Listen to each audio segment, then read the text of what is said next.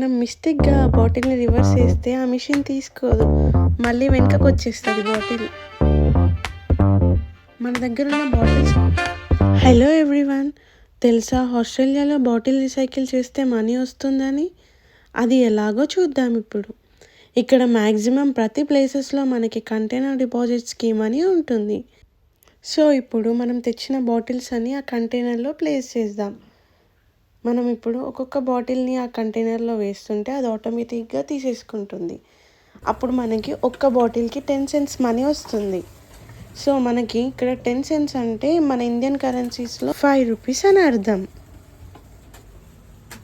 మనం ఈ మిషన్‌లో బాటిల్ వేసిన ప్రతిసారి ఒక సెన్స్ పెరుగుతుందనమాట. అంటే ఒక్క బాటిల్‌కి ఒక సెన్స్ అనమాట. అలా ఎన్ని బాటిల్స్ వేస్తే మనకు అన్ని సెన్స్ పెరుగుతూ ఉంటదనమాట.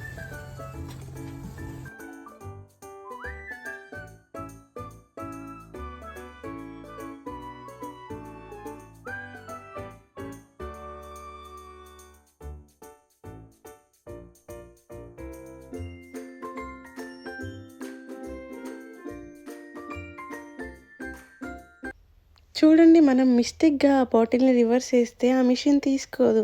మళ్ళీ వెనకకొచ్చేస్తది బాటిల్. మన దగ్గరున్న బాటిల్స్ అన్నీ ఆ కంటైనర్‌లో వేసేసాక మనకి లాస్ట్‌కొచ్చిన మనీ $5. $5 అంటే మనకిప్పుడు ఇండియన్ కరెన్సీలో 250. ఇప్పుడు మనం దాన్ని వాచర్ లాగా కన్వర్ట్ చేసి తీసుకుంటాము. ఇప్పుడు ఈ వచ్చిన గిఫ్ట్ వాచ్‌ని మనం ఎక్కడైనా షాపింగ్ మాల్‌లో యూజ్ చేసుకొని ఏమైనా కొనుక్కోవచ్చు. ఇప్పుడు $5కి చికెన్ వస్తుందా? $5కి లెగ్ పీసెస్.